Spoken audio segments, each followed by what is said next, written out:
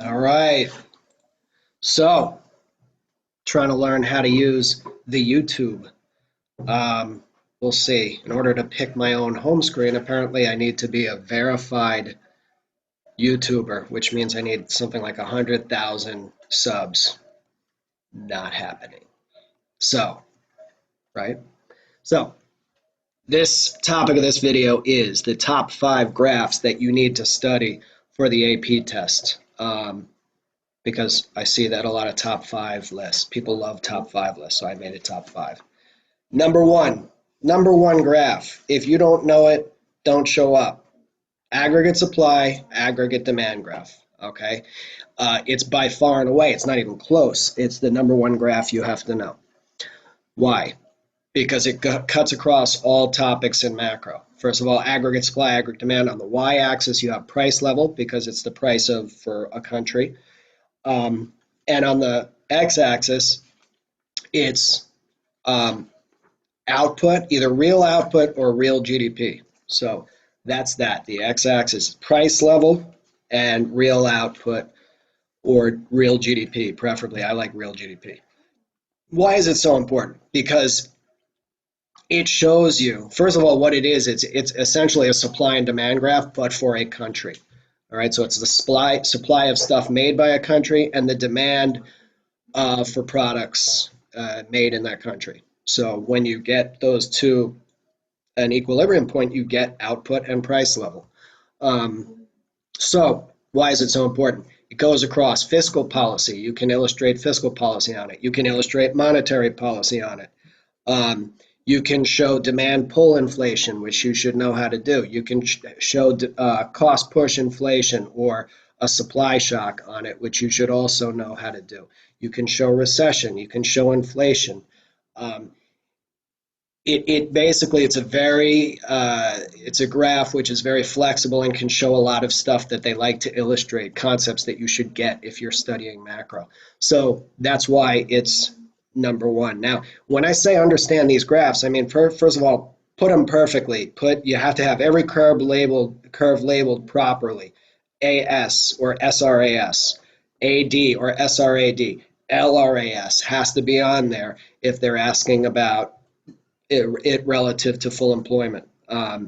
So these are things you have to do. When you have any equilibrium point on any graph you do in macro, you have to connect that to the X and Y axis and label your connections, right? So you have to say P sub 0, P sub E, P sub 1, and then P sub 2 if it shifts. And you should have a P1, P2, and an arrow, all right? You always need that.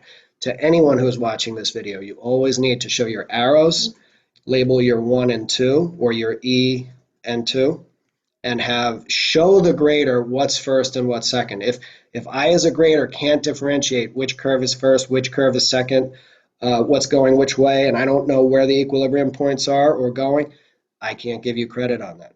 All right, so that's on any graph. So ASAD, number one. Number two, I'd say it's a tie for number two. You got loanable funds and money market. Why is it number two? Because once again, those are the only two graphs aside from investment demand curve, which is like a distant seventh.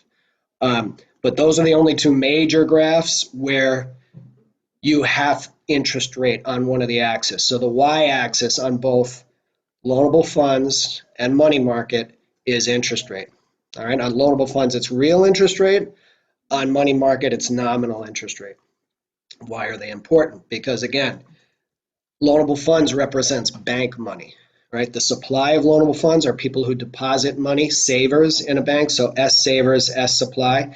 And the demand for loanable funds is borrowers, right? Those are the people who demand money from a bank as borrowers of money. So the price of money on the y-axis is interest rate. The price of any money is interest rate. So that's interest rate. And then on the bottom, you have quantity of loanable funds, all right, on the x-axis. Next graph, money market. Money market is important because that is our monetary policy graph. There's an occasionally they can illustrate fiscal policy by shifting money demand, but for the most part, they use it to illustrate monetary policy. Loanable funds, They can do both, but they like to illustrate fiscal policy on loanable funds. Just FYI, it's not a rule. It's like a trend. So money market, you have a completely inelastic curve representing the money supply. It's vertical. Either the dollar was produced or it wasn't. And then you have a normal inverse money demand curve. All right. So that is very important. You got quantity of money on the bottom, and you have nominal interest rate on the y-axis. So that's tied for two. So third place, fourth place, however you want to put it, because we've gone over three, is probably, I'd say, foreign exchange. So foreign exchange, and again, I hit that hard in my class. A lot of teachers don't. It's basically it's on every single in the past 15, 20 years, I don't remember foreign exchange not appearing on the test because it's the linchpin that holds the entire question one together. And what do I mean by that? Question one, the major question that you should be studying for it's an econ story, essentially. You have to know how all these concepts and all these graphs and models relate to each other. All right, what do I mean? They'll give a situation, a macroeconomic situation. We're in recession, we're in inflation. And then they'll say something like, fix it using fiscal policy, government policy, or fix it using monetary policy. So they'll say, put you in a decider's position and you have to address these economic issues. Show how you fix it. Show how your fix would work on the ASAD graph, and you do that. All right. Show how the monetary policy would work. You do it on ASAD, and then you do it on money market. All right, so that's that. Then to get to foreign exchange, all the determinants, all the shifters of foreign exchange are things that relate to other models we go over. So remember, the acronym is TIPSY, TIPSY. Taste, interest rate, I, P, price level, S, speculation, Y always represents income. Y in econ always represents income. So why does that have everything to do with other models? Well, taste you can just kind of do. They do that sometimes. People change their purchasing habits, i.e. toilet paper right now. So interest rate. Interest rate relates to fiscal policy in that it relates to the crowding out effect, or P, price level. It's the y-axis. Price level is inflation. It's on the ASAD graph. I can go back to ASAD and I say, due to the change in price level on your graph in Part A, what would happen to foreign exchange value of the currency? TIP. Speculation, they don't go over a ton. I told dog.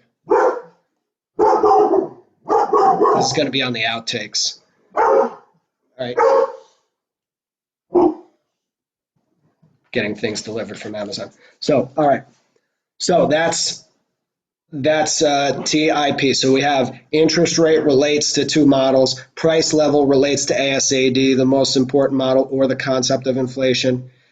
And Y, income, relates to GDP. So again, GDP, super important concept on the macro test. And it's also the x-axis on ASAD. It's the most important stat in all of macro is GDP. So yes, it relates to that. And they'll say, due to the change in ASAD on GDP, what would happen to income? And how would that relate to relative income on foreign exchange? So it relates to everything. We went over that pretty hard in class. Just review that. Now, we did four. So our fifth graph, it's kind of a tie. I'll pick Phillips curve because it relates more macroeconomically. So Phillips curve, again, it's that relationship between the two bad things that can happen to any economy. On the bottom axis, you got unemployment, and on the y-axis, you have inflation. So you have unemployment and inflation. Again, they're the two bad things, and unemployment kind of drives this model. If unemployment's low, then prices will be high because everyone's spending money and prices tend to be high. If unemployment's high, then prices don't have any pressure because people aren't buying stuff, they're not bidding up prices. So that was the relationship, and you label it SRPC, and you have full employment with the long-run Phillips curve. That's also important. Label your curves. LRPC, long-run Phillips curve, is LRAS, is the PPC. They all represent full employment. Okay, that's a huge concept. They love to go over that. And last but not least, honorable mention, we'll call it, is the PPC. I know a lot of the haters in the comment section, which I disabled, are going to say, hey, how could you not include the PPC? Well, it's important, but it's kind of a tie for fifth. Right? So we have 6 graphs you should study.